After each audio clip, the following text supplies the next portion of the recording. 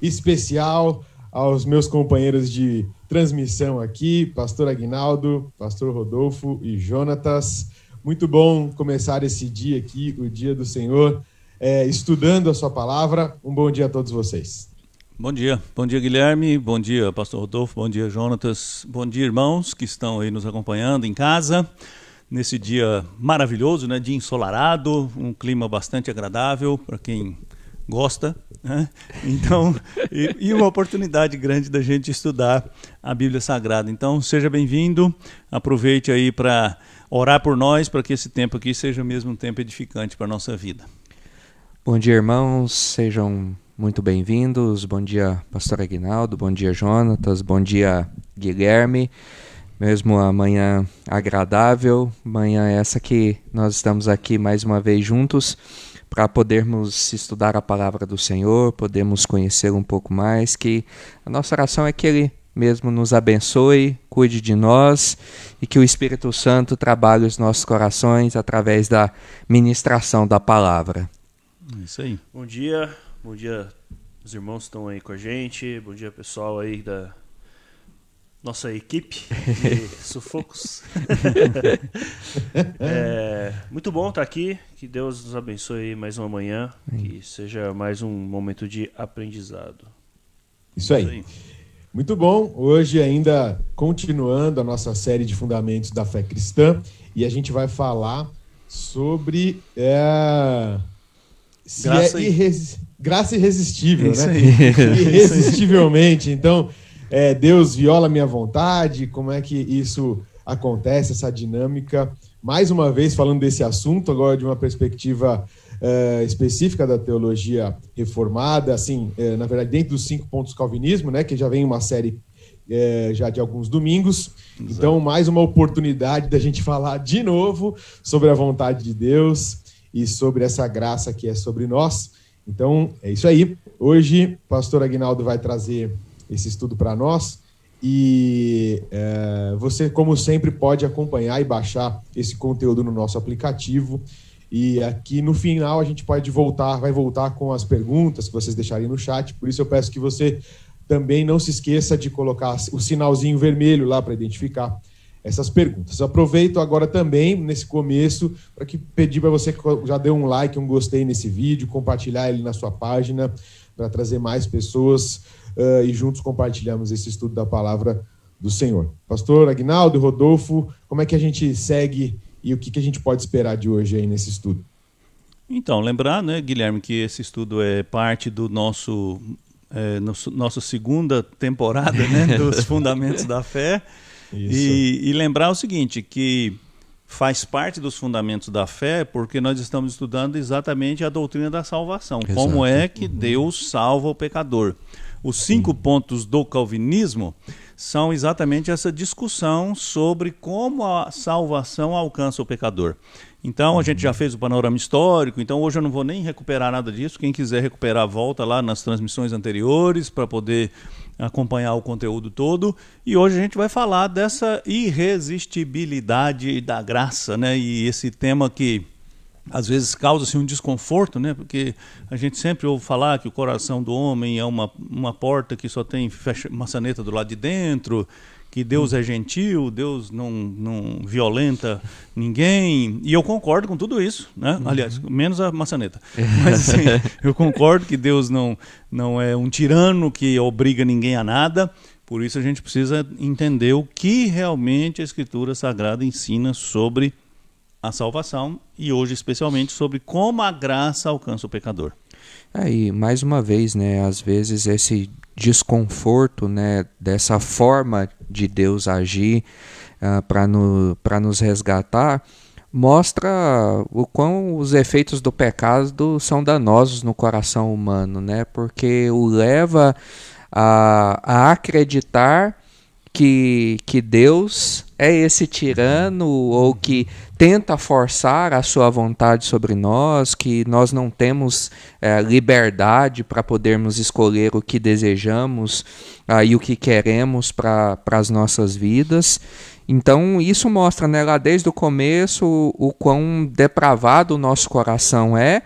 E mesmo, né, depois de termos sido alcançados por Cristo, a nossa vida transformada, o nosso coração muitas vezes ainda rejeita ou questiona, né, como Deus se revela e como Ele opera a sua vontade em nossas vidas. Então, nada melhor do que nós nos voltarmos para a Escritura, né, porque esse é aquilo que a gente tem sempre tentado deixar claro aqui. Nosso papel não é fazer especulação, não é simplesmente dizer quem está certo ou quem está errado, mas é olhar para a Escritura e com um coração quebrantado, submisso, entendermos o que ela tem a ensinar para todos nós. É isso aí. Muito bem. Vamos seguir então aqui agora. Pastor Aguinaldo quer falar alguma coisa agora ou já vai deixar para falar tudo depois? Não, deixa para depois, né? Depois geralmente vem as perguntas nos 45 minutos do segundo tempo, né? Que, exato. Aliás, isso é até muito bom. Aliás, eu vou falar, né? Então eu vou fazer esse comentário, né? Que a gente outro dia, lá no começo, né? 6 meses atrás, quando a gente começou nossas transmissões, a gente falava para os irmãos fazer as perguntas, mas eu creio que os irmãos amadureceram, né? Estão aguardando ver o conteúdo para fazer as perguntas. Verdade. Afinal de contas, Legal. muitas perguntas são respondidas enquanto vai acontecendo a exposição. Exato. Então, mas não deixe de perguntar, viu, meus irmãos? Eu sempre digo isso para algumas pessoas, não vou falar para quem em particular, né? Questões familiares, que todas as perguntas devem ser feitas. Não vá embora para casa, aliás, não vá embora do estudo, né? Porque em casa a maioria tá. Né, sem fazer a sua pergunta. Obviamente nós temos a nossa limitação aqui de capacidade de responder todas as questões, mas pergunte porque as perguntas ajudam até a gente dar uma direção mais aplicável, né, dos nossos estudos. Exato. Então, vamos em frente. Legal. Bom, então vamos seguir aqui. E lá no final, então, como a gente disse, a gente retorna, assim, se Deus quiser, para tentar responder as questões dos irmãos. Vamos lá? Então, Deus abençoe aí o estudo. Pastor Aguinaldo, com você. Obrigado. Bom, irmãos, então nós vamos hoje chegar no 4º ponto dos 5 pontos do calvinismo. Então, nossa série de fundamentos da fé já está sendo praticamente finalizada. Talvez semana que vem, e na outra semana talvez a gente tenha um fechamento geral, talvez com mais perguntas para participação e para aprofundamento. E hoje a gente vai falar sobre este 4º ponto, que é chamado tradicionalmente de graça irresistível. Por isso o título aqui da nossa aula hoje é Irresistivelmente. Então Deus viola a minha vontade? Essa é uma questão que quase sempre vem à tona quando a gente começa a discutir esse tema. E porque se a graça é irresistível, então minha vontade não é levada em conta, minha posição ou minha decisão não é importante. E hoje a gente vai apresentar esse tema numa perspectiva bíblica, numa perspectiva teológica, com o fim de fazer-nos entender como essa graça de Deus de fato é irresistível e por que ela é irresistível, como ela opera em nós para que a salvação alcance mesmo o nosso coração. E eu vou começar aqui com um texto de Romanos 8, versículo 28 a 30, que é um texto introdutório, né? Sempre apresentamos aqui um texto de introdução e depois a gente vai fazer uma oração.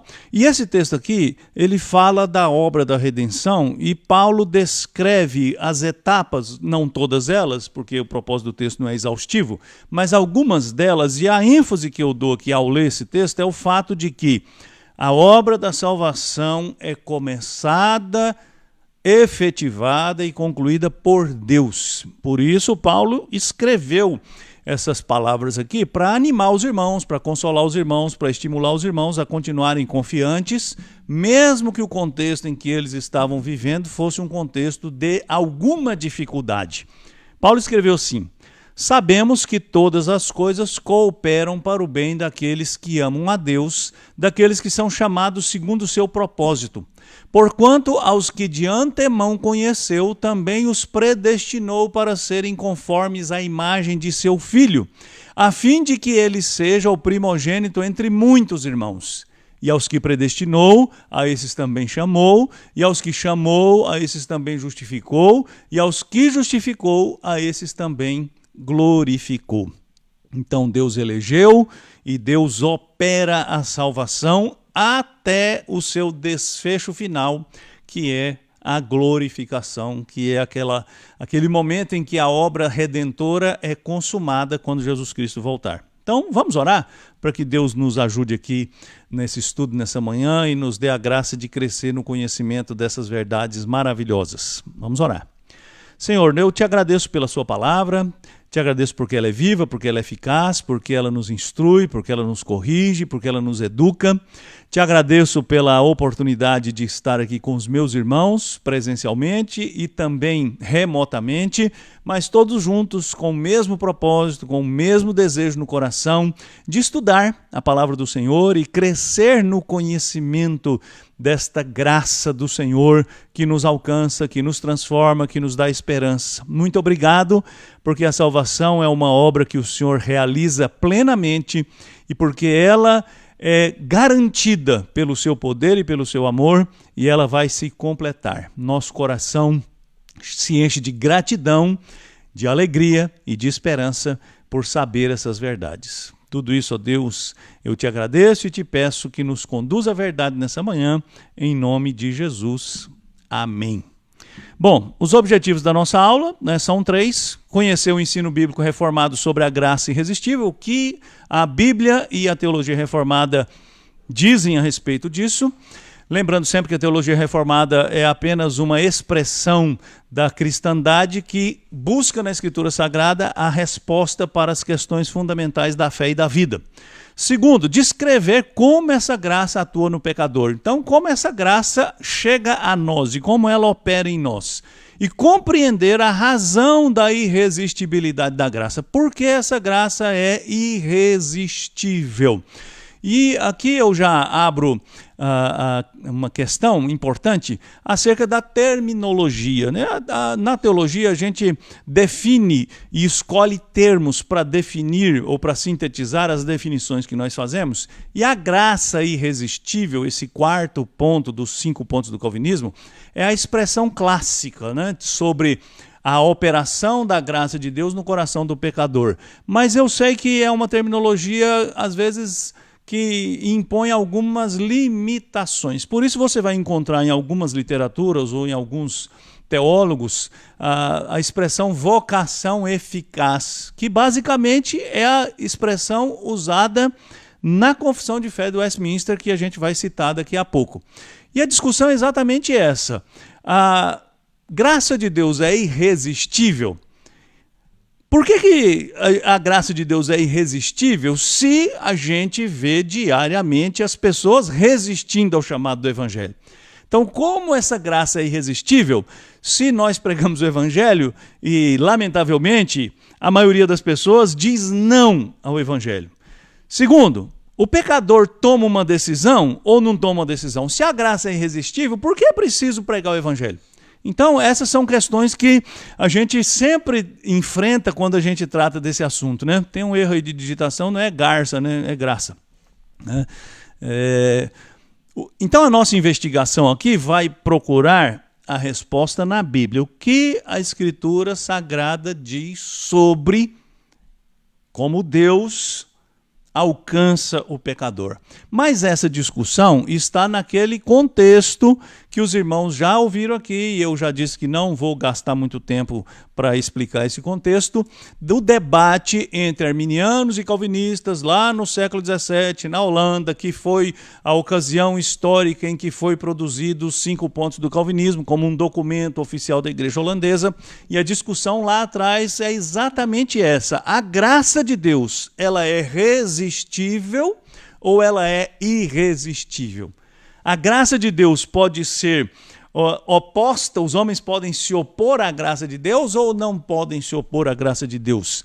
Então essa discussão entre a graça resistível e a graça irresistível foi que gerou a resposta dos teólogos holandeses aos pontos levantados pelos arminianos que diziam que a graça de Deus pode ser resistida. Então eu só fiz aqui um resuminho entre a posição arminiana e a posição calvinista, entre graça resistível e graça irresistível. Então, o que os arminianos dizem sobre a graça? Eles dizem que a vontade humana é determinante na salvação. Do lado oposto, os calvinistas dizem que a vontade de Deus é determinante na salvação. Não é o homem que decide se ele será salvo ou quem será salvo. É Deus que decide quem será salvo e como será salvo. A liberdade, dizem os arminianos, do homem o habilita a resistir à vontade de Deus. Então, já que o homem é um ser livre, nós discutimos isso aqui longamente lá atrás, o homem pode se opor à vontade de Deus. Por outro lado, os calvinistas dizem o quê? Que Deus concede vida aos mortos e os atrai irresistivelmente. Então, a discussão, embora nós usaremos a expressão vontade humana, a grande discussão sobre a irresistibilidade da graça diz respeito ao estado em que o homem se encontra antes da graça alcançá-lo e o estado em que Deus o transforma depois de alcançá-lo. Então, o homem pecador, morto nos seus pecados, é vivificado por Deus e atraído irresistivelmente por Deus à vida. Então, o tema e a discussão, e o cerne da discussão não é a liberdade da vontade. O cerne da discussão é o que Deus fez para que aquele homem que estava morto agora fosse atraído para ele. Por um terceiro aspecto, que eu estou fazendo aqui uma síntese, a vontade do homem não pode ser violada por Deus, portanto, Deus não pode salvar quem não permite, quem não deseja, quem não abre o seu coração. Essa é uma expressão muito comum, né? Abre o seu coração. Por outro lado, nós calvinistas dizemos que a vontade de Deus pode ser resistida até onde o Espírito atua, regenerando o pecador. Então, já respondendo aquela questão que eu levantei ali atrás. O homem resiste? Sim. O homem diz não ao evangelho? Sim. Mas o homem diz não ao evangelho e o homem resiste ao evangelho até o momento em que o Espírito Santo atua nele, regenerando o seu coração. Então, Deus não viola a vontade do homem. O que Deus faz é dar uma nova vontade para esse homem, porque ele troca o coração de pedra, que é natural do homem, e coloca no seu lugar um coração de carne. Então, é isso que a gente vai tentar mostrar aqui nessa manhã, a partir da Escritura Sagrada. Então, eu começo definindo a graça irresistível. O que é graça irresistível? Então, tá lá, definição aqui. Graça irresistível é o ato de Deus atrair para si todos quantos ele elegeu, dando-lhes vida pelos méritos que Cristo conquistou na cruz. Vamos voltar lá em Romanos 8, né? Paulo diz que aqueles que Deus predestinou, ele chamou. Então, a graça eficaz é esse momento em que o Deus que salva atrai o pecador que foi eleito, dando vida a ele. Então, a vocação, quando Deus chama esse pecador é atraído a ele, porque Deus aplica nesse pecador que ele chama os méritos de Cristo. Então, eu fiz aqui um pequeno esboço disso. Deus salva aqueles que ele escolheu e pelos quais enviou Jesus Cristo para morrer em seu lugar. Semana passada nós falamos sobre por quem Cristo morreu.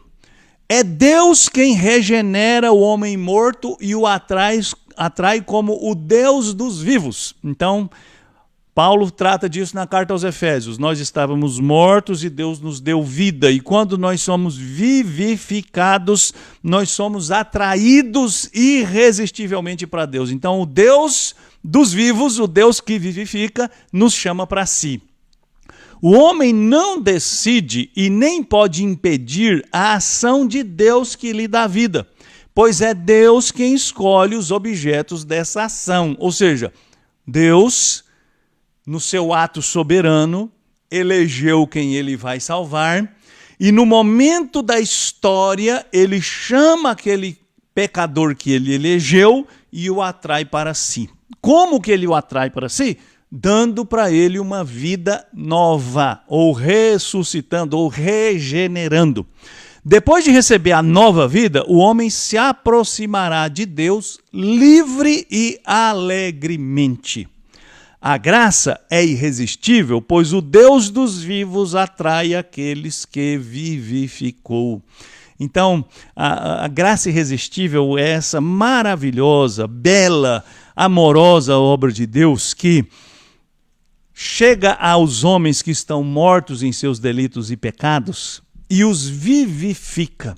E quando ele os vivifica, ele os chama para si, e esse homem agora vivo, ele vai alegremente, ele vai exultante, agradecido ao encontro desse Deus que o vivificou. E aí eu vou citar aqui um texto de John Piper, que ele diz assim, ó, mais especificamente, graça irresistível se refere à obra soberana de Deus de sobrepujar toda a rebelião do nosso coração e trazer-nos à fé em Cristo Jesus para que possamos ser salvos. Se nossa doutrina da depravação total é verdadeira, não poderia existir salvação sem a realidade da graça irresistível. Se estamos mortos em nossos pecados, totalmente incapazes de nos submetermos a Deus, então nunca creríamos em Cristo a menos que Deus sobrepujasse a nossa rebelião. Percebe que há um sentido que a Escritura deixa claro para que a graça seja irresistível. Nós estávamos mortos e os mortos não podem ser atraídos a nada porque estão mortos. Então Deus age no coração desses mortos, vivificando-os e assim os atraindo. Vamos para as definições teológicas? Eu vou ler aqui, é muita leitura, mas eu quero ler. E depois eu queria que você acessasse esses materiais aí para você reler. Confissão de Fé de Westminster, capítulo 10, o capítulo que trata da vocação eficaz, escreve assim: todos aqueles que Deus predestinou para a vida, e só esses, é ele servido no tempo por ele determinado e aceito, chamar eficazmente pela sua palavra e pelo seu Espírito, tirando-os por Jesus Cristo daquele estado de pecado e morte em que estão por natureza e transpondo-os para a graça e salvação. Isso ele o faz, iluminando os seus entendimentos espiritualmente, a fim de compreenderem as coisas de Deus para a salvação, tirando-lhes os seus corações de pedra e dando-lhes corações de carne, renovando as suas vontades e determinando-as pela sua onipotência para aquilo que é bom e atraindo-os eficazmente a Jesus Cristo, mas de maneira que eles vêm muito livremente, sendo para isso dispostos pela sua graça. Então, a vocação eficaz é, como eu disse lá atrás, ele é a terminologia da confissão de fé para referir-se à graça irresistível. E é o quê? O que é essa vocação eficaz? É aquela obra de Deus que atrai o pecador para si, transformando a sua vida, transformando o seu coração, fazendo dele uma nova criatura e renovando nele tudo o que há, para que ele então, alegremente, livremente, venha até Jesus Cristo como seu Senhor e como seu Salvador. Então, isso é vocação eficaz. Mas eu quero ler também os documentos aqui dos cânones de Dort. Então, as decisões de Dort, capítulo 3 e 4, a seção 11, diz assim, ó, como Deus realiza a conversão do pecador? Deus realiza seu bom propósito nos eleitos e opera neles a verdadeira conversão da seguinte maneira: ele não somente faz com que ouçam o evangelho mediante a pregação e poderosamente ilumina suas mentes pelo Espírito Santo de tal modo que possam entender corretamente e discernir as coisas do Espírito de Deus, mas também penetra até os recantos mais íntimos do homem e pela operação eficaz do mesmo Espírito regenerador. Ele abre o coração fechado e amolece o que está duro, circuncida o que está incircunciso e renova a vontade. Esta vontade estava morta, mas ele a faz reviver.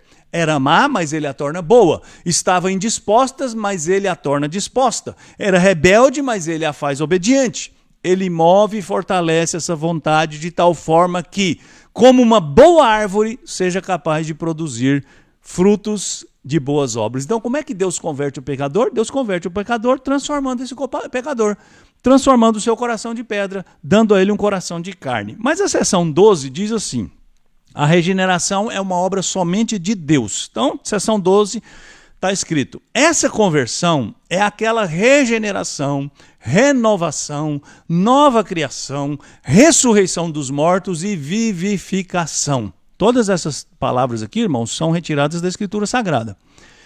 Tão exaltada nas Escrituras, a qual Deus opera em nós, sem nós.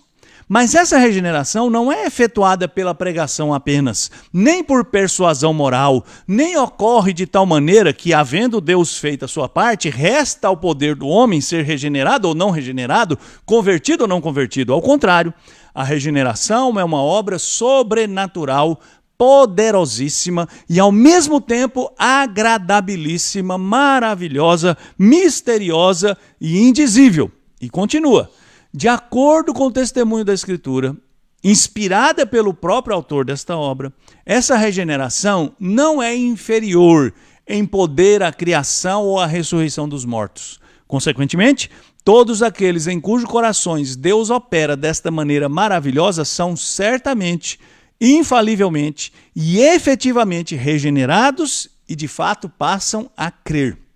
Quando a vontade é renovada, não é apenas acionada e movida por Deus, mas ela age também sob a ação de Deus por si mesma.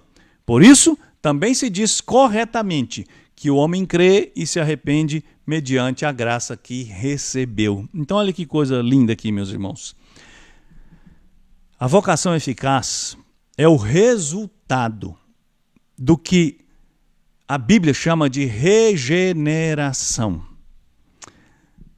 Os teólogos de Dort foram muito precisos e fiéis quando eles entenderam e explicaram que essa vocação não pode ser resistida, não porque Deus seja um tirano, não porque Deus seja um déspota, não porque Deus invada o homem e haja contra o seu desejo, mas é porque Deus, sendo amoroso, gracioso e bondoso, vendo o estado perdido do homem, vai ao seu encontro e o transforma de dentro para fora. Por isso, uma palavra importante para a gente entender a vocação eficaz ou a graça irresistível é a palavra regeneração. E eu quero definir essa palavra para depois a gente chegar nas características da graça irresistível. Eu começo aqui citando Sproul. Olha que coisa interessante que o Sproul diz sobre regeneração. Não é que o Espírito Santo arraste pessoas chutando e gritando contra a sua vontade para vir a Cristo. Mas o que o Espírito Santo faz é mudar a inclinação e disposição de nossos corações. Estávamos anteriormente indispostos a abraçar a Cristo. Agora estamos dispostos, e mais do que dispostos. Não somos arrastados para Cristo. Corremos para Cristo e o abraçamos alegremente porque o Espírito mudou nossos corações. Então eu vou definir regeneração. Está lá a definição, deve estar aí na sua tela. Regeneração é o ato de Deus por meio do qual o princípio da nova vida é implantado no homem e a disposição dominante da alma é santificada. Então, regeneração é uma obra criativa de Deus. Então Deus implanta no homem que está morto uma nova disposição, uma nova vida. É uma obra com a qual o homem não coopera, o homem é passivo na regeneração. Daqui a pouco eu vou explicar porque você está acostumado a usar a palavra regeneração de uma maneira popular, né? Então a gente fala de pessoas que se regeneraram, mas quando a gente fala isso, a gente está falando de mudanças morais. Aqui nós estamos falando de uma mudança interior. Vamos para ver a terminologia bíblica acerca da regeneração? Então eu separei aqui algumas palavrinhas que a Bíblia usa para definir regeneração. A primeira palavra é a palavra genau, palavra grega que significa gerar, tornar-se pai de alguém. E eu vou citar aqui, esses textos que eu estou citando aqui são apenas ilustrações de onde essa palavra aparece. 1 João 5,1. Todo aquele que crê que Jesus é o Cristo é nascido de Deus, ou seja, é gerado de Deus. E todo aquele que ama ao que o gerou, também ama ao que dele é nascido. Então João está dizendo que se você crê em Cristo, você foi gerado, você recebeu uma vida que Deus te deu. E se você recebeu essa vida que Deus te deu, você ama aquelas outras pessoas a quem Deus gerou também. Então, João está dizendo que a base que fundamenta o amor solidário, o amor entre os cristãos, é o fato de nós todos termos nascido de Deus. Segunda palavra, que é obviamente uma derivada da primeira, é anagenau, que é fazer nascer de novo, causar um novo nascimento. Eu cito aqui 1 Pedro 1,3. Bendito Deus e Pai de nosso Senhor Jesus Cristo, que segundo a sua muita misericórdia, nos regenerou para uma viva esperança mediante a ressurreição de Jesus Cristo dentre os mortos. Ora, anagenau é um derivado de genau, que significa Deus nos deu uma vida nova, que enche o nosso coração de esperança, e essa vida nova é dada através da ressurreição de Jesus Cristo. Terceira palavrinha, o verbo ktizo, que é criar, ou modelar, ou formar.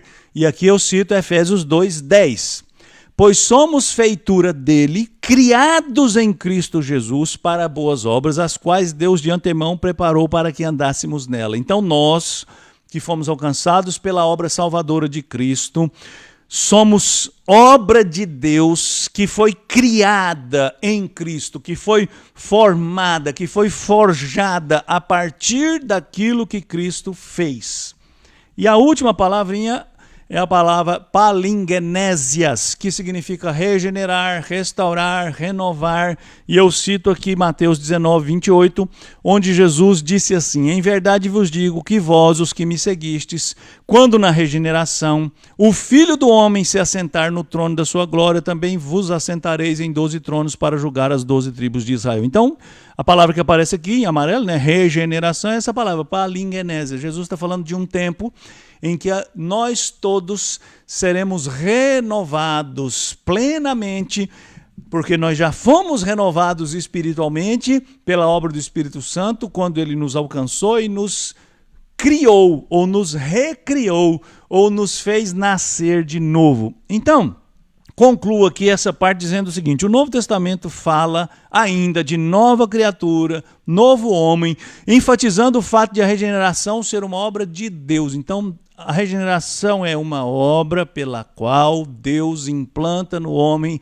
este princípio de uma nova vida.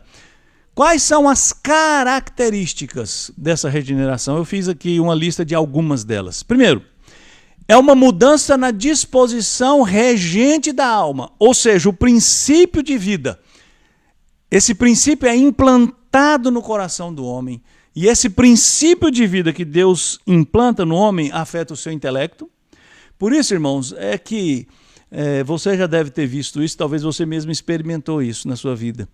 Uma pessoa passa boa parte da vida dela não crendo na Escritura Sagrada, tendo ojeriza pela igreja, não gostando de religião, não gostando de crentes, e de repente há mudança nessa pessoa e ela passa por uma transformação na sua mente, no seu conceito sobre a realidade. Isso é fruto da regeneração.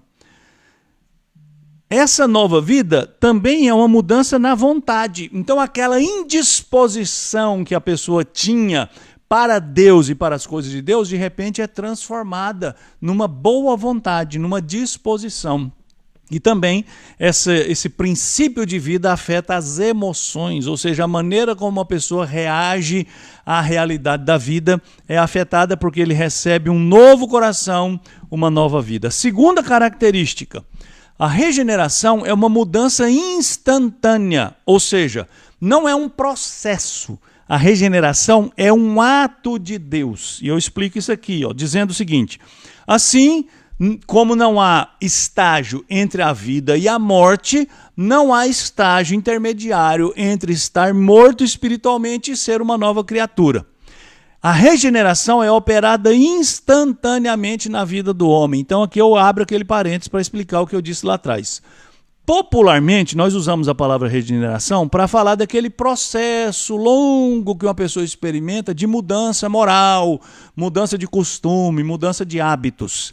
Mas a palavra regeneração aqui está sendo usada no seu sentido teológico, no seu sentido bíblico, que é a obra de Deus que é instantânea.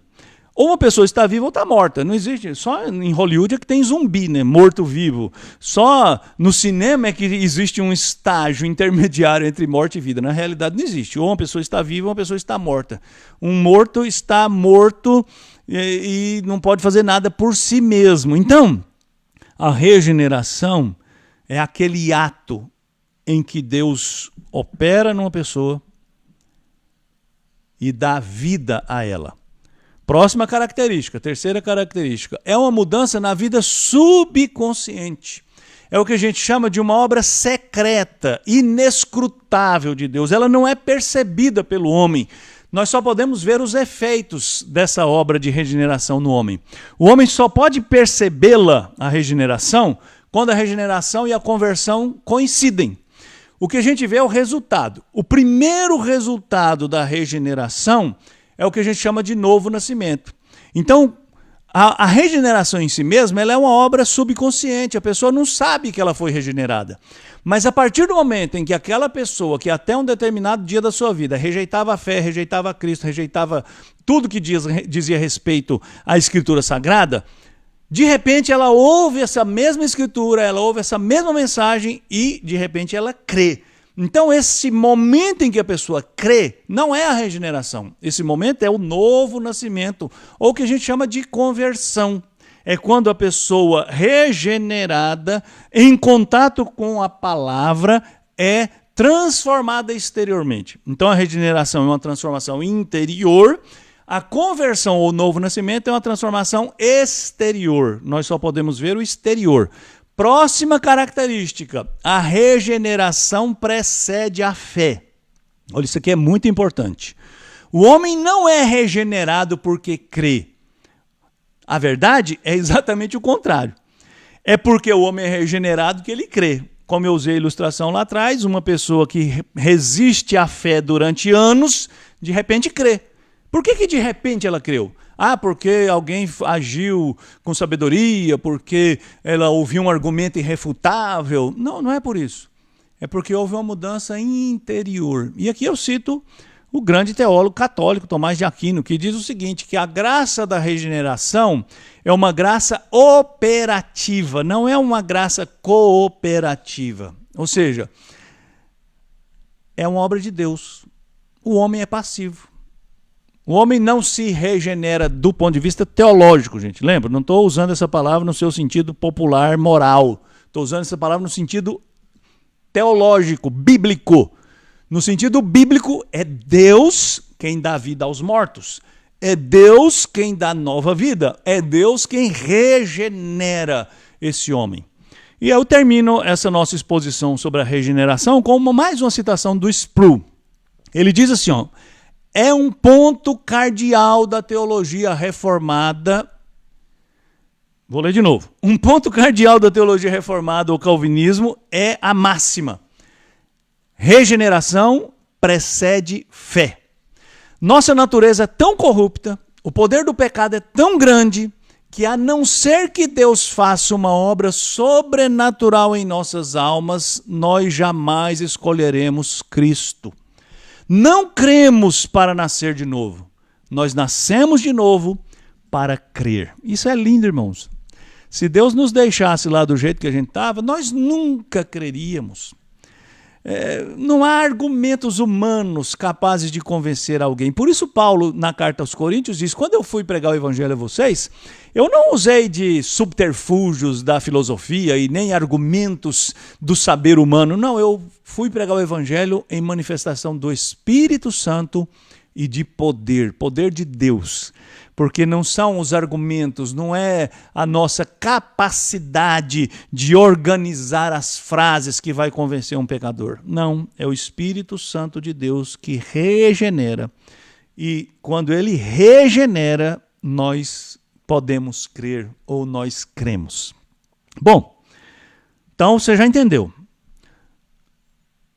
Graça irresistível é a obra de Deus que atrai o pecador para si.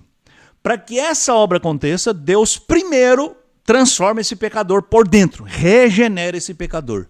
E por isso essa graça é irresistível. E agora eu vou falar das características dessa graça irresistível, tendo o pano de fundo aí na sua cabeça, essa obra de Deus chamada regeneração, que é a obra pela qual Deus atrai os pecadores. Então, primeira característica.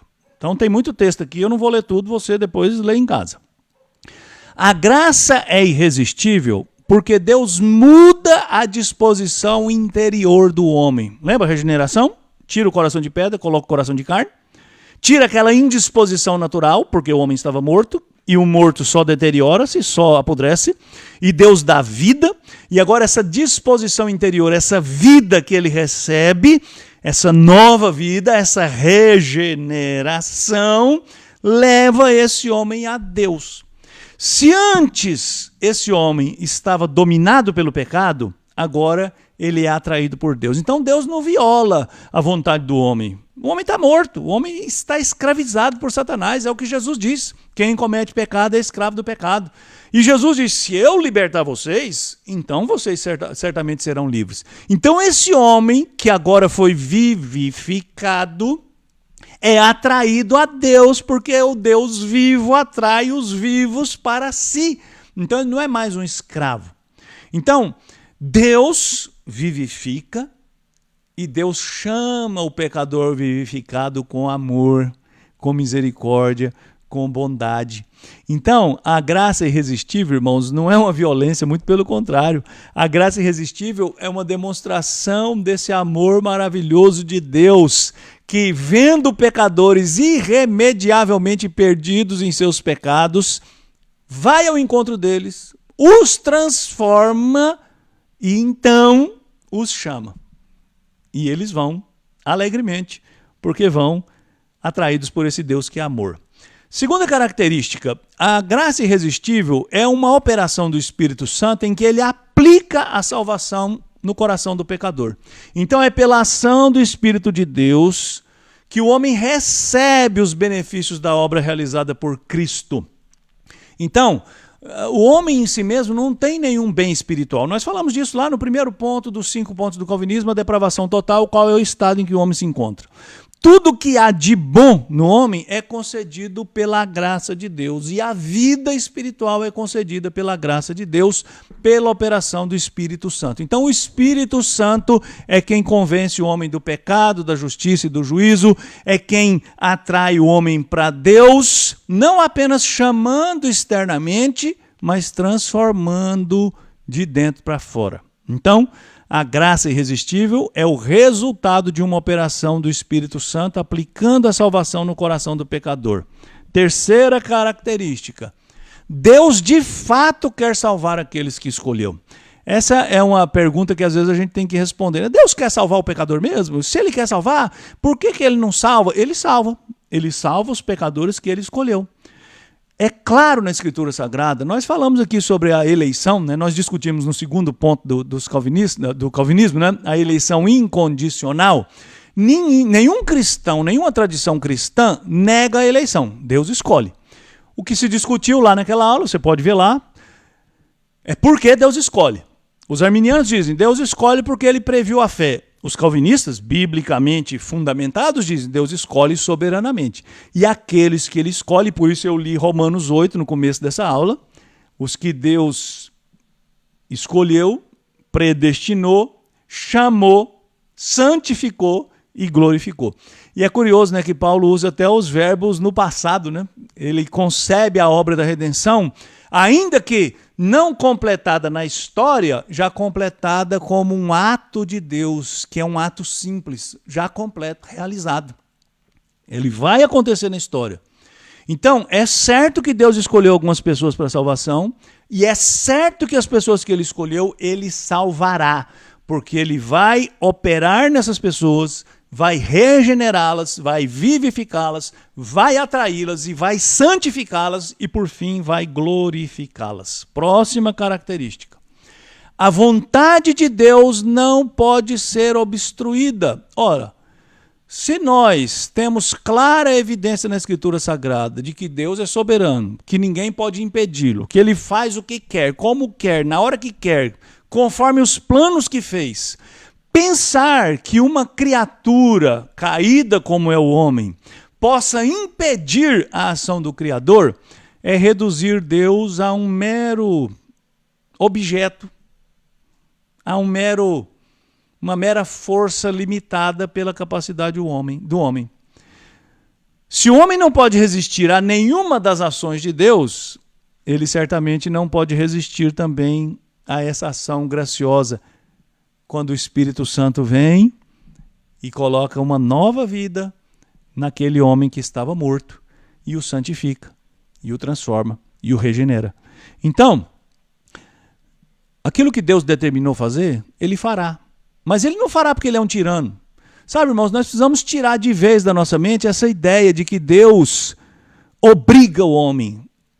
Deus não obriga o homem. Deus transforma o homem. E esse homem transformado vai aos braços do Pai com o maior deleite da sua alma, com a maior alegria da sua alma, com o maior prazer da sua alma. E aí, eu cito para terminar aqui esse ponto, e já estou terminando a nossa aula, John Piper. Olha que cena interessante que John Piper criou aqui. É uma imaginação, tá? Imagine que você está diante de Deus no céu e ele lhe pergunta: por que você está aqui?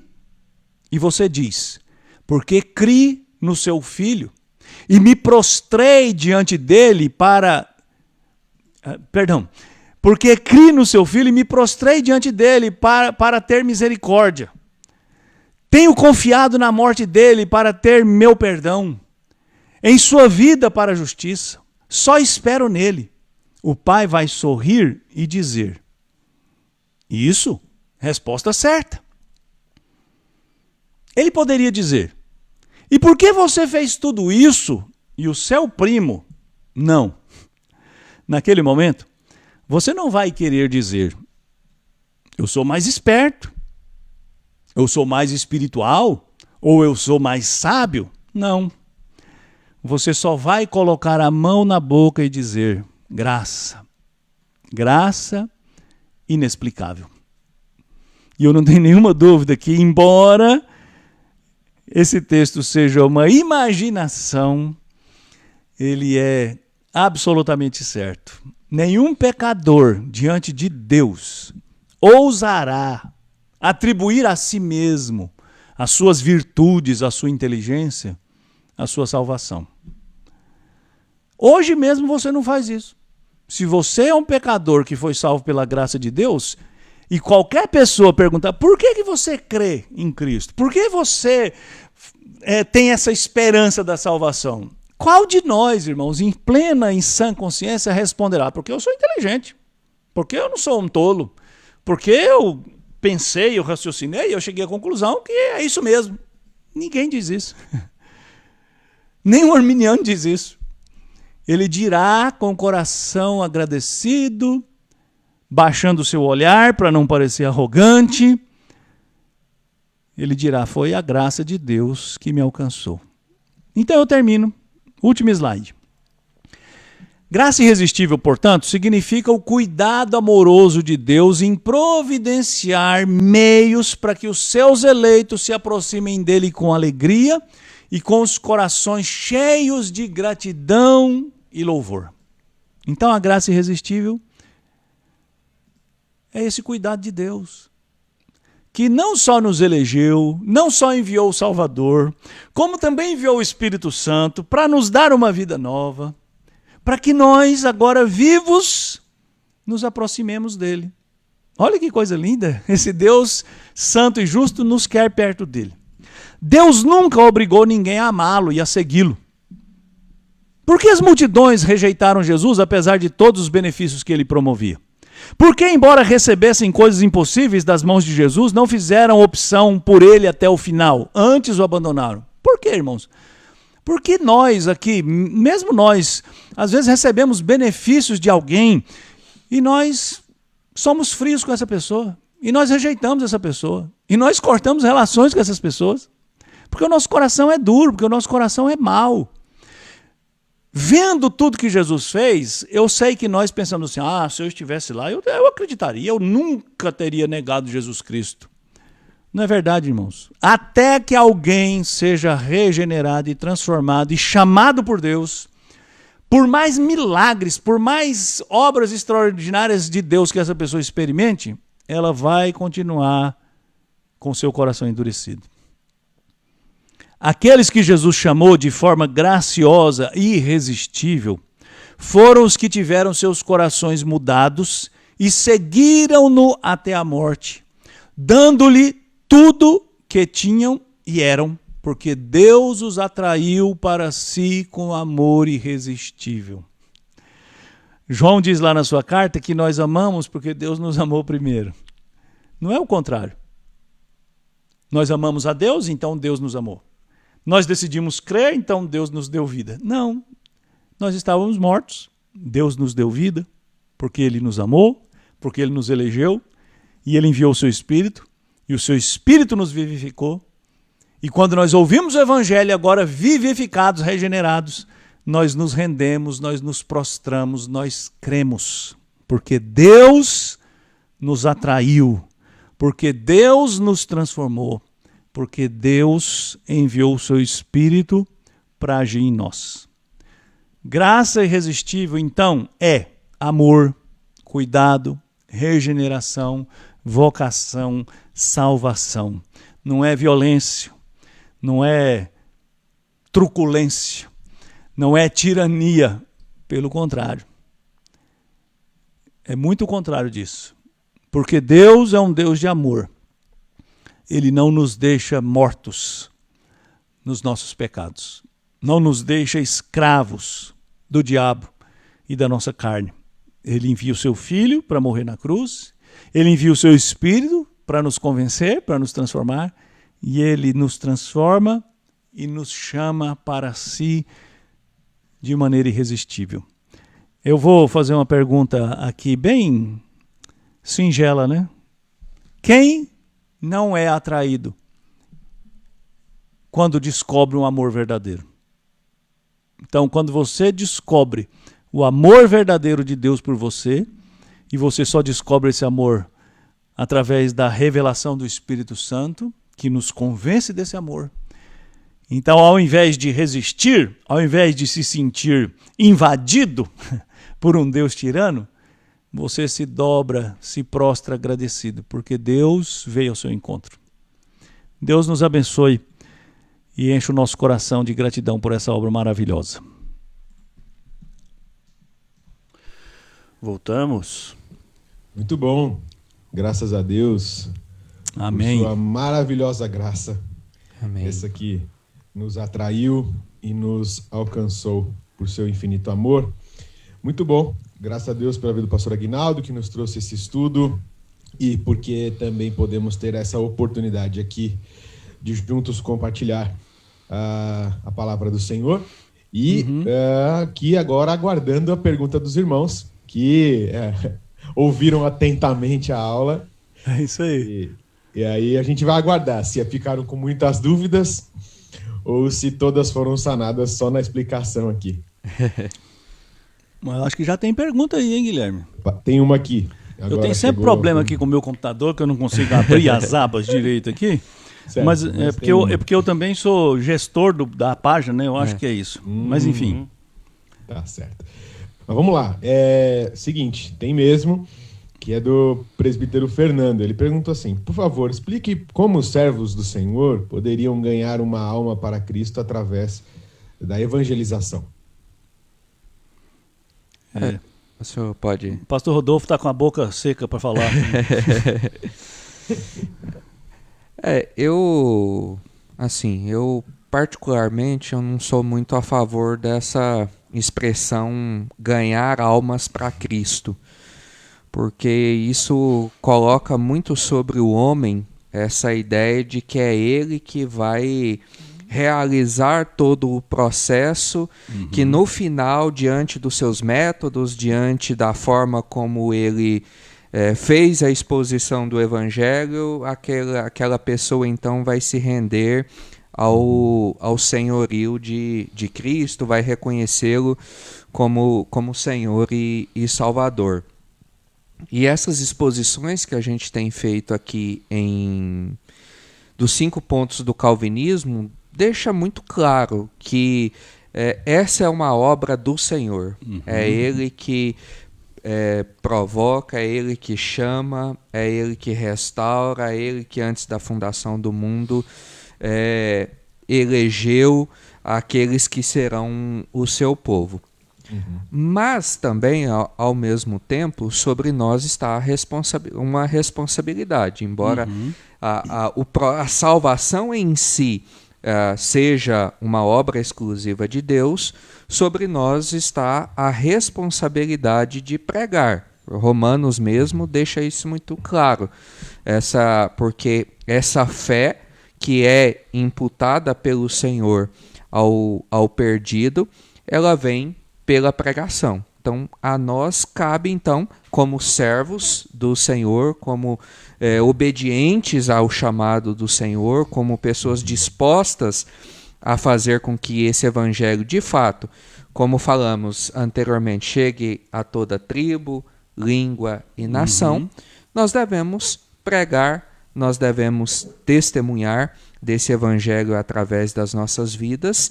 E aí, então, a partir dessa pregação, a partir desse testemunho, se aprouver ao Senhor, Ele vai realizar toda essa obra que a gente vem aqui expondo ao longo dos domingos. E eu vejo que isso, inclusive, tira de nós, às vezes, um peso muito grande que nós mesmos colocamos.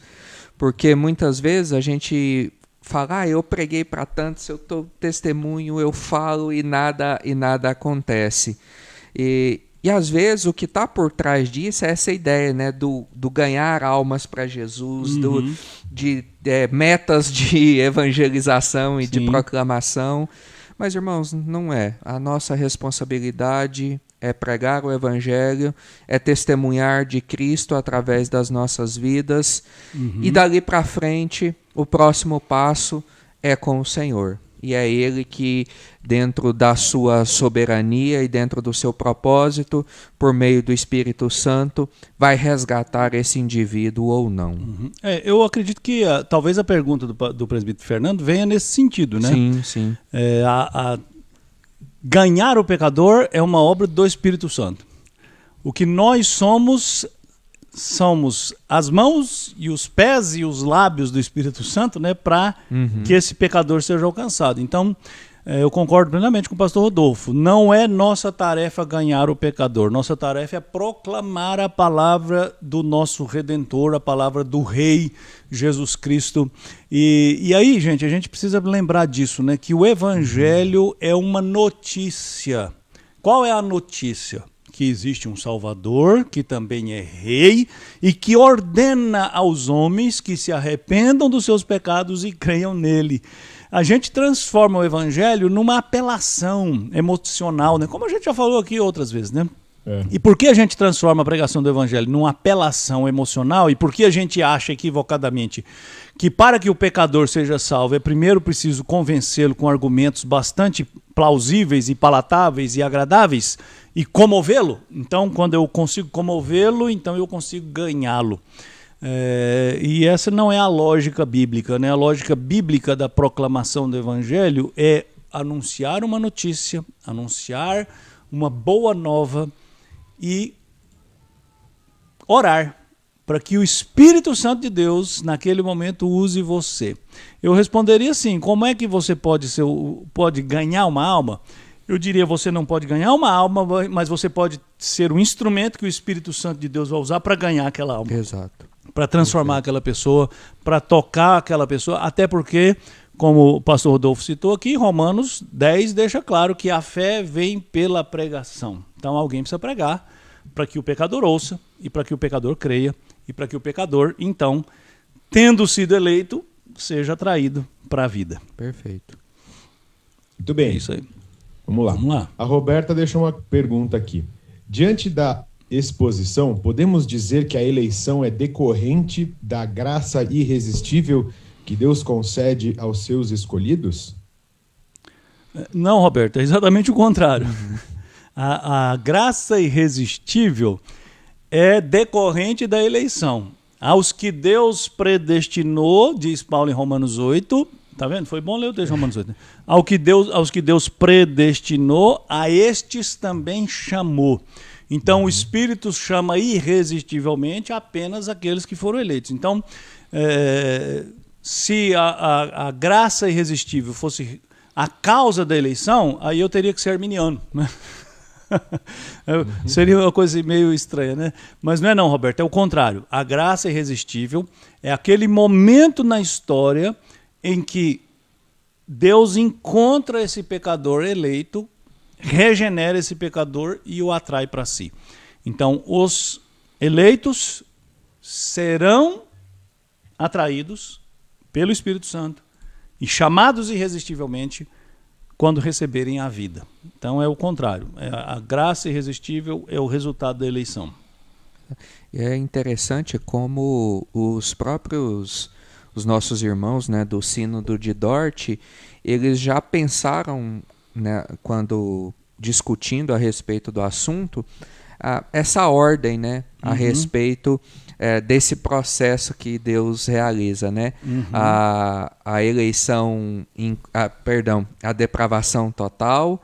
Em razão disso aí nós temos a necessidade da eleição incondicional e posteriormente nós temos todo esse processo que chega, como vimos agora, nessa graça irresistível e que culmina naquilo que nós vamos ver posteriormente, que é nessa perseverança dos santos ao longo da sua caminhada. Então, esse processo lógico é muito importante para nós entendermos, até mesmo ficar mais claro, né, o porquê da necessidade de cada um desses pontos na nossa vida. E que, como o senhor falou lá no início dessas nossas transmissões, quando nós entendemos de fato a profundidade e a extensão do pecado, e por isso a gente começa o estudo pela depravação total, a gente vai entendendo o porquê da necessidade de cada um desses elementos e o porquê, inclusive, de uma graça irresistível. Porque isso nos mostra que, de fato, em nós não há poder nenhum ou capacidade nenhuma para responder a essa suposta disposição que Deus coloca diante de nós da salvação. Sim. Vamos lá. Temos uma pergunta do Ricardo Simeonato, que é a seguinte: aquele que não foi e não será regenerado, mesmo tendo conhecimento da Escritura Sagrada, nunca conseguirá ter consciência dessa irresistível graça? Então, o som está muito baixo aqui, né? Mas eu acho que, não sei se é o problema aí no sistema, mas eu ouvi pouco aqui. Mas o que eu ouvi foi o seguinte: o pecador que não é e nem será regenerado não vai ter consciência da graça irresistível, isso, ele né? pergunta. Aquele que não foi e não será regenerado, mesmo tendo conhecimento da Escritura Sagrada, nunca conseguirá ter consciência dessa irresistível graça? É interessante essa pergunta que o Ricardo faz, porque é o seguinte: um pecador não regenerado, ele pode entender tudo que está na Escritura Sagrada.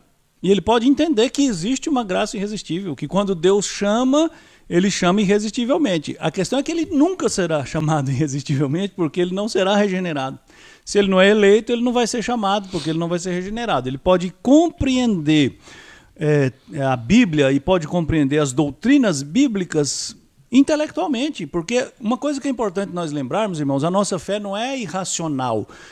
Uma pessoa pode compreender todas essas doutrinas apenas lendo a Bíblia. O que ela não pode por si só é crer, porque uns mortos espiritualmente não crerão até que sejam vivificados. É por isso que você pega excelentes livros de exegese, né, que são escritos por teólogos liberais, que fazem análises extraordinárias dos textos bíblicos, que descrevem o texto do ponto de vista gramatical, histórico, literário, de maneira extraordinária. Só que no final ele diz assim, mas isso é um mito que os apóstolos criaram, né? Não, isso é uma tradição que a igreja inventou. Por quê? Porque lhes falta a fé.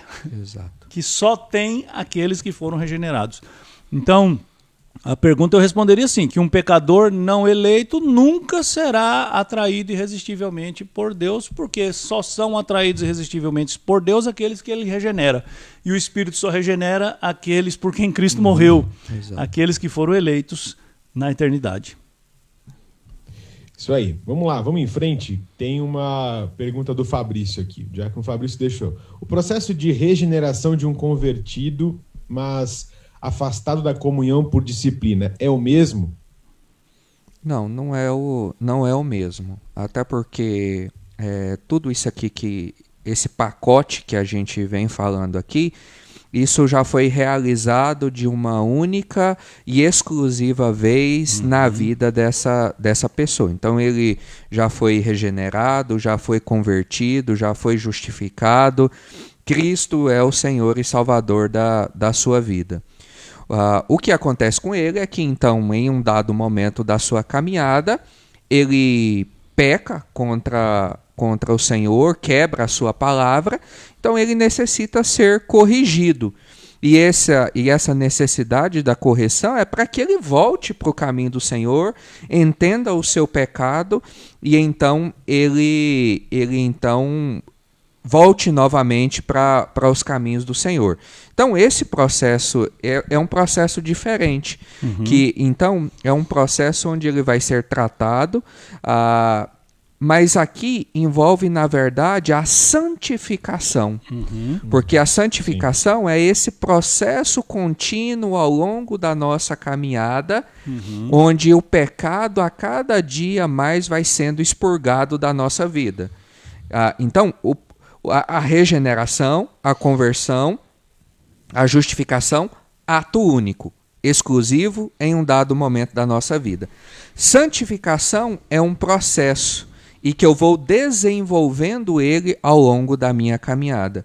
Então, o que acontece com alguém nesse sentido então, entra esse passo da santificação, onde através do acompanhamento do pastor, ou de presbíteros, ou de outros irmãos, esse irmão vai ser tratado, esse irmão vai ser cuidado, para que então ele retorne para o caminho do Senhor, e logo que então esse processo, vamos assim dizer, ocorra, ele seja restituído ou restaurado à comunhão, e então passe a usufruir de todos os direitos, vamos assim dizer, de um membro da igreja. Plena comunhão, né? Em plena comunhão da igreja. Certo.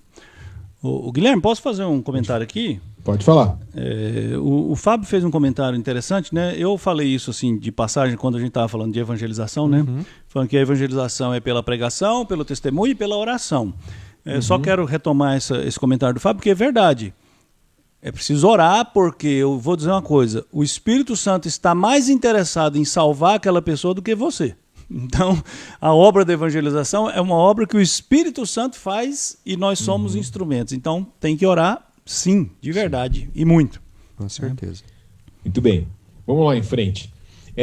O Roger deixou uma pergunta aqui, que é assim, em Ezequiel 33:9, diz, mas se você, de fato, advertir o ímpio para que se desvie dos seus caminhos e ele não se desviar, ele morrerá por sua iniquidade, mas você estará livre da sua responsabilidade. Qual a nossa responsabilidade na pregação do Evangelho? Então, nossa responsabilidade é cumprir a ordem do nosso rei. Jesus Cristo ordenou que nós pregássemos e nós devemos pregar. De alguma forma, que eu não sei explicar como, nós somos ou seremos responsabilizados pela nossa omissão. Talvez Paulo ajude a gente, né, quando ele fala lá na carta aos Coríntios, que você tem que prestar muita atenção com o tipo de edificação que você está fazendo, e ele fala que tem crentes que constroem casas de ouro, casas de prata, e outros constroem casa de palha, e o fogo vai revelar, e a expressão fogo é uma referência ao juízo, né? Então eu às vezes falo brincando, mas isso não é para brincar não, gente, isso é muito sério. Que o eleito pela graça de Deus será salvo, mas as obras que ele fizer serão consumidas pelo fogo se forem obras de palha. Então, eu acredito que, de alguma maneira, nós somos responsáveis porque Deus ordenou, o Jesus Cristo ordenou que nós pregássemos o Evangelho, e quando nós desobedecemos, nós somos corrigidos pela nossa desobediência. Se aqui ou se depois dessa vida, não sei exatamente quando isso vai acontecer. Mas é clara na Escritura Sagrada a ordem de pregar o Evangelho, e é clara na Escritura Sagrada que toda desobediência recebe a sua justa correção. Então, nós temos que pregar o Evangelho porque Deus mandou pregar o Evangelho. Aí alguém fala, mas já tem os eleitos, então por que eu tenho que pregar? Você tem que pregar porque o Senhor mandou. E graças à misericórdia do Senhor, nós não sabemos quem são os eleitos, porque senão nós não pregaríamos. Né? Então, basicamente, essa é a resposta que eu daria aqui, ou que eu dei, né, para o Roger. Né? Tá certo. Vamos lá, mais uma pergunta agora da Arlete. Então, uma pessoa que teve sua vida totalmente transformada, pode dizer que é um eleito?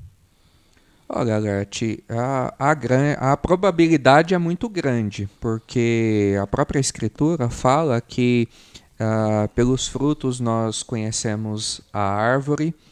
Então, contudo, a gente precisa se lembrar também, por outro lado, e a parábola, do joio e do trigo nos faz também esse alerta de que em um dado momento ambos são muito parecidos, né?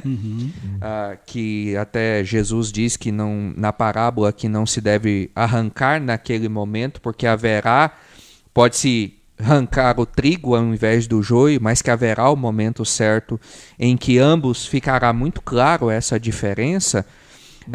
Então, assim, bater o martelo é muito difícil nisso, até porque esse é um processo que acontece no nosso interior e que, de fato, somente o Senhor sabe quem são os eleitos. Então, a gente deve levar em consideração essas duas perspectivas. Pelo fruto nós conhecemos a árvore, e é através da nossa vida, do nosso dia a dia, em que de fato nós vamos dando testemunho dessa presença ou não de Cristo nas nossas vidas, mas também lembrarmos que pode haver pessoas no nosso meio que se parecem, que têm cheiro de eleito, mas que em um dado momento pode revelar que nunca foram do nosso meio. Então isso é só a caminhada ao longo do tempo que vai nos deixando mais claro essas verdades. Eu só acrescentaria o seguinte, que é preciso entender que o seguinte, evangelho e vida cristã não é ética. Existem pessoas que não são cristãs e que têm uma ética ilibada. Eu não posso pensar que porque uma pessoa tem uma vida moral e ética respeitável, ela é salva. Nós somos salvos pela graça mediante a fé em Cristo, e não pela nossa moral e nossa ética, porque ainda que uma pessoa seja, do ponto de vista humano, irrepreensível, ela continua pecadora e continua longe de Deus até que ela seja regenerada e salva. Então, eu só faço essa ressalva. Boa. Porque pra gente não... E até outra coisa, né? A gente não precisa preocupar muito com a salvação do outro, né? Se o outro é salvo, não é salvo. Vamos pensar em pregar o evangelho, cuidar da nossa vida, do nosso testemunho e fazer a nossa influência no mundo. Perfeito. Isso aí. Vamos em frente aqui. A Dilma deixou aqui falando que por 38 anos ela ouviu pregações de arminianos, né? E que tinha a convicção que o homem é que escolhia ir para o céu ou para o inferno, né? E que estava sendo inteligente quando ela escolheu ir ao céu. Aí a pergunta dela é a seguinte, são duas perguntas são assim. Desculpa insistir, mas a pergunta que não cala é: por que Deus não decidiu alcançar todas as pessoas com a graça irresistível? E a segunda é: será que é meu pecado achar que eu faria melhor que Deus? Então, vou tentar ser objetivo, nosso tempo está acabando, né? Sim. Primeira coisa, é um engano achar que só existe um aspecto do ser de Deus que nós precisamos conhecer, que é o seu amor e misericórdia. Deus também é justiça e Deus também é verdade. Ao condenar o pecador, nós somos confrontados com estes outros aspectos do ser de Deus que são tão importantes quanto o amor e misericórdia. Por que Deus não decidiu salvar todos os pecadores? Porque nenhum dos pecadores tinha direito à salvação. Então, ao não salvar todos, ele está deixando claro que ele é verdadeiro, que ele é justo, porque ele disse lá no Éden: quem comer morre, certo? Então, Deus não pode negar a sua palavra e negar esse aspecto do seu ser, que é a justiça e a santidade. Mas, ao mesmo tempo, ele decidiu manifestar outros aspectos do seu ser, que são a misericórdia e o amor, e por isso ele decidiu salvar.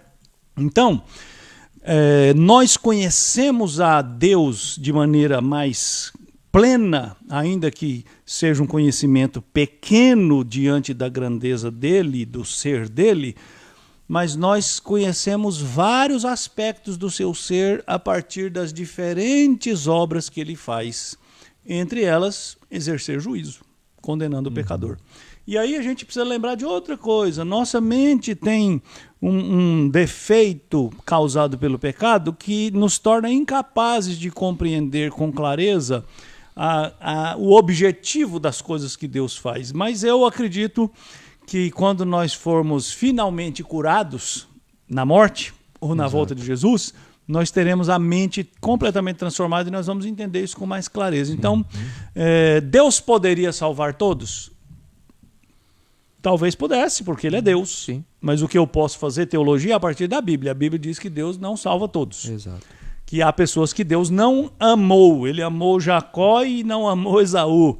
Que Deus não amou redentoramente. Ele amou de outra maneira, como criador. E por isso a vida é até boa em vários sentidos, né?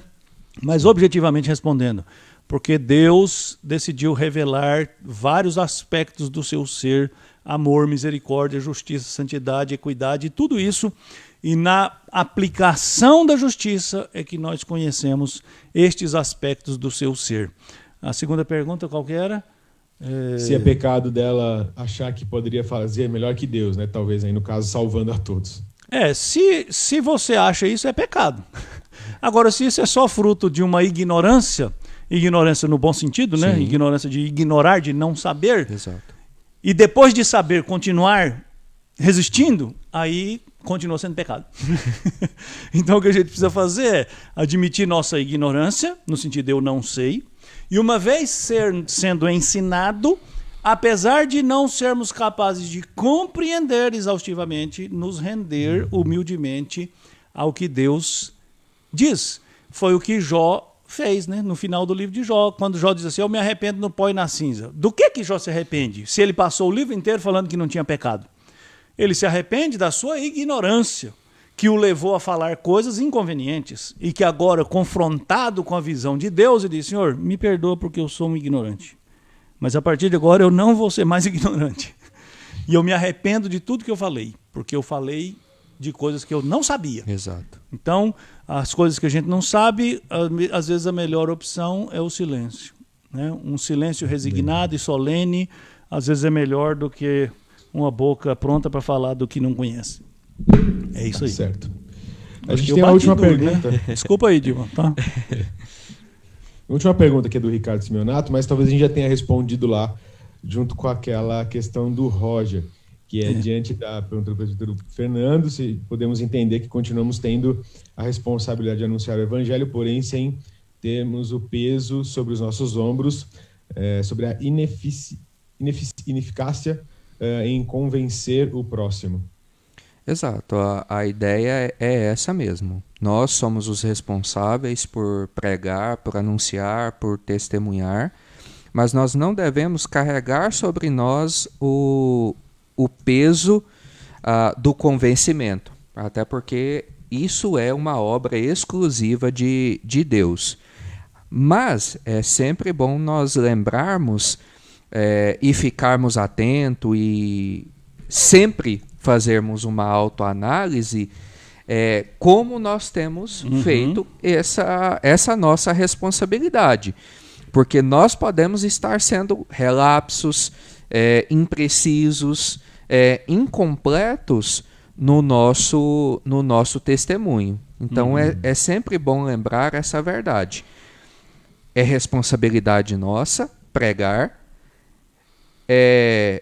depende do Senhor o convencimento ou não, mas nos lembrarmos que como nós temos feito, como nós temos cumprido essa nossa responsabilidade, como nós temos levado adiante esse peso que o Senhor coloca sobre as nossas vidas, porque nós precisamos, e olhando, né, como nós vemos esse processo nas Escrituras, os apóstolos sempre levavam isso com muita seriedade, como algo fundamental na vida. E não se eu tiver uma oportunidade, se quando eu realizar... Isso era um ponto fundamental na vida deles. E por ser um ponto fundamental, então a vida deles girava em torno do cumprimento dessa missão. Então a ideia é ter isso como algo fundamental nas nossas vidas, porque aí nós vamos entender que no trabalho, na família, no esporte, né, no lazer, nós estamos ali como embaixadores do reino, e então nós devemos fazer esse reino conhecido, mas não termos sobre nós esse peso tão grande que é o do convencimento, que muitas vezes, erroneamente, por más teologias, é cobrado de nós. Parece que a gente vai chegar no dia do juízo e Deus vai pedir a nossa listinha de pessoas que nós salvamos. Né? Essa foi... E tem muito crente aterrorizado com isso. Inclusive, no meu exame, junto ao presbitério, para se eu estava apto ou não para vir para o seminário, um pastor presbiteriano me fez essa pergunta de quantas pessoas eu já tinha ganhado para Cristo, querendo a ficha de quantas pessoas já tinha ganhado para Cristo, para ver se eu estava apto ou não para vir para o seminário. Interessante, né? Acho que ele ia reprovar alguns profetas do passado aí, talvez. Né? Jeremias, coitado, estava Jeremias, por exemplo, coitado, estava perdido. Exato. Pregou 40 anos e não converteu ninguém, né? Meu pai. Guilherme, posso fazer um comentário aqui? Sumiu aqui da minha tela, né? Mas eu achei muito interessante um testemunho aqui que a Fernanda compartilhou conosco. Sim. Da experiência que ela teve, né? Se quiser, eu posso falar aqui. Está na minha tela ainda. Fala aí, por favor, que eu achei bastante interessante. Fui espírita por 8 anos e no último ano começou a surgir uma repulsa, que ela colocou entre aspas. Um dia o líder do lugar que eu frequentava falou: você deve ir embora, você não nos pertence. Não podemos mais te tocar, você pertence a ele, letra maiúscula. Cheguei em casa, ajoelhei no meu quarto e disse que daquele momento em diante só haveria Jesus na minha vida. Sempre tive convicção que foi o Espírito Santo, mesmo tendo zero conhecimento da palavra. É fantástico isso, né? Isso aí é uma evidência do que eu tentei mostrar aqui, né? Que a regeneração é uma obra secreta. Exato. A gente não sabe quando a gente é regenerado, a gente vê o resultado disso, né? E não é só a gente que vê, né? Pelo visto aí, pelo visto aí no ambiente que a Fernanda estava, alguém mais viu algo que não é visível aos olhos humanos, mas que é visível a olhos não humanos, mas que estão sempre em cima da gente, né? Tanto bons quanto maus. Glória a Deus, né? Porque é Ele que transforma a nossa vida. E glória a Deus, porque isso não depende de nós, né? Depende dEle. E Ele vem ao nosso encontro e nos transforma. Amém. Muito bom. Graças a Deus por isso. Vamos lá. Beleza, então acho que a gente conseguiu chegar aqui ao fim, pontualmente. E eu acho que a gente não tem mais nenhum comentário que a gente possa colocar aqui, mas agradecer a todos os irmãos que nos acompanharam até aqui, estiveram junto com a gente nesse estudo.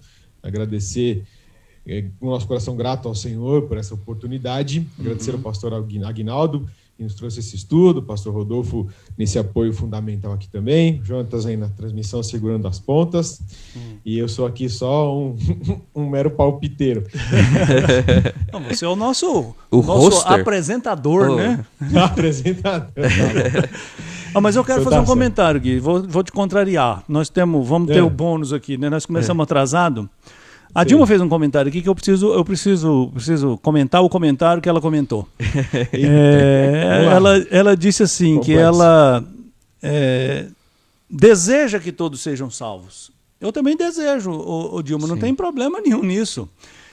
Eu só espero que o seu desejo e o meu desejo nos levem a pregar o evangelho, porque se for só um desejo que não se materializa em ação, não é nada.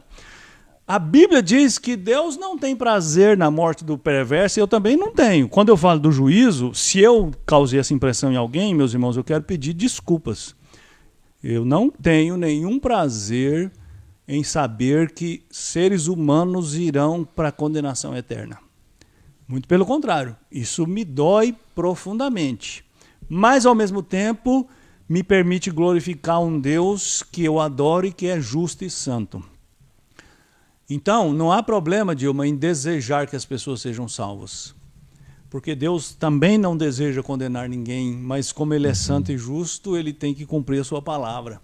O prazer de Deus é que todos sejam salvos. Mas se é o prazer dele, por que ele não faz? Semana passada a gente falou um pouco disso, né? Quando a gente diz que existe uma vontade de Deus, que é o seu propósito, que vem antes do seu prazer, como na nossa vida. Os nossos propósitos muitas vezes sobrepujam os nossos prazeres. Por exemplo, eu estou olhando aqui para o Jonas, eu acho que o prazer dele teria sido ficar dormindo em casa até mais tarde. Desculpa, eu estou queimando o Jonas aqui publicamente, né? Não, gente, o Jonas é ponta firme, está sempre disposto a ajudar.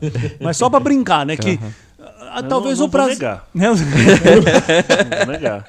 Talvez o prazer de muita gente não é ir trabalhar amanhã, não é aguentar um chefe chato, não é cumprir uma jornada de trabalho exaustiva, mas o propósito sobrepuja o prazer. Exato. Então, Deus tem um propósito. Então, Deus não tem prazer na morte do ímpio e nem nós devemos ter. E se tivermos, nós temos que pedir perdão a Deus por isso, porque isso seria uma demonstração de uma crueldade e de uma frieza que nós não aprendemos com o nosso Senhor, muito pelo contrário. Quando Jesus via a miséria humana, ele chorava, ele se compadecia. E a gente não pode ficar aqui na nossa torre de marfim pensando nós somos os eleitos e então nós somos abençoados e que o mundo se exploda. Não, eu tenho que descer lá onde as pessoas estão e clamar a Deus que tenha misericórdia delas, como Ele teve de mim. Por que Ele teve de mim? Eu não sou digno de misericórdia nenhuma, e Ele teve de mim, e eu prego o Evangelho na esperança de que Ele tenha de outras pessoas. Amém.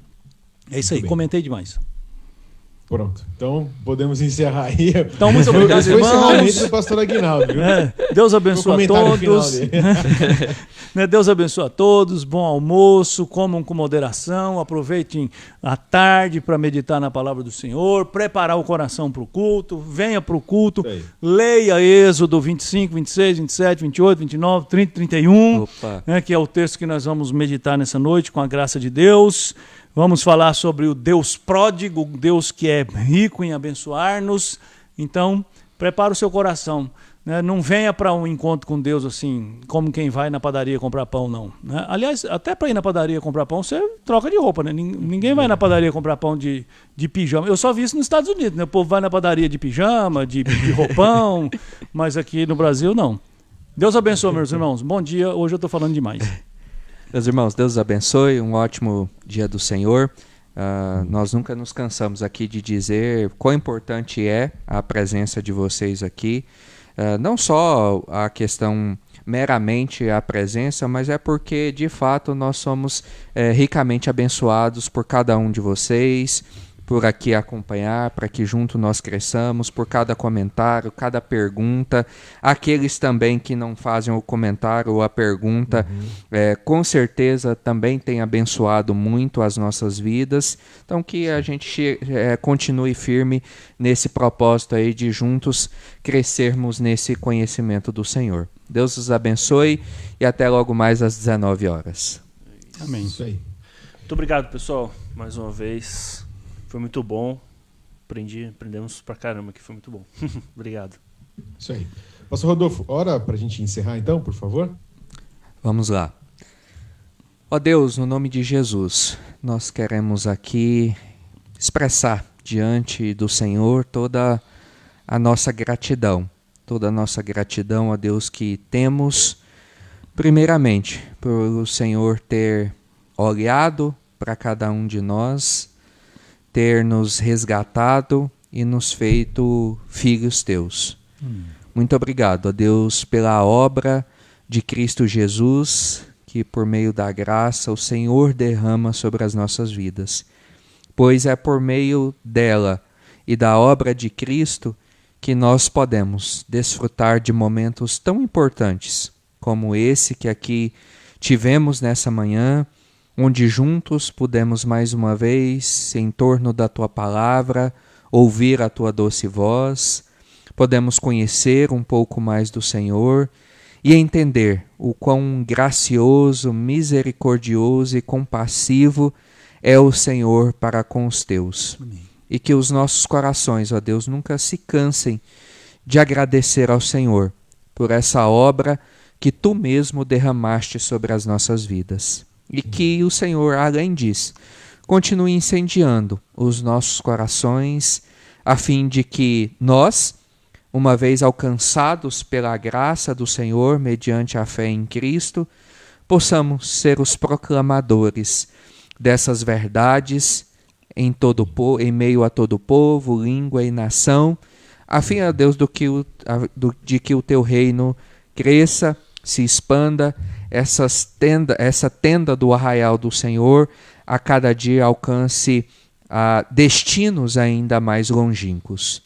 Que no nome de Jesus, ó Deus, sejamos usados poderosamente pelo Senhor na proclamação do Evangelho de Cristo Jesus. Amém. Que o Senhor continue, ó Deus, abençoando as nossas vidas ao longo de todo esse dia e nos prepare, ó Deus, para o culto de logo mais à noite. Essa, ó Deus, é a nossa oração em nome de Jesus. Amém. Amém. Amém. Amém. Deus abençoe, meus irmãos. Até mais. Até mais. Deus abençoe. Grande abraço.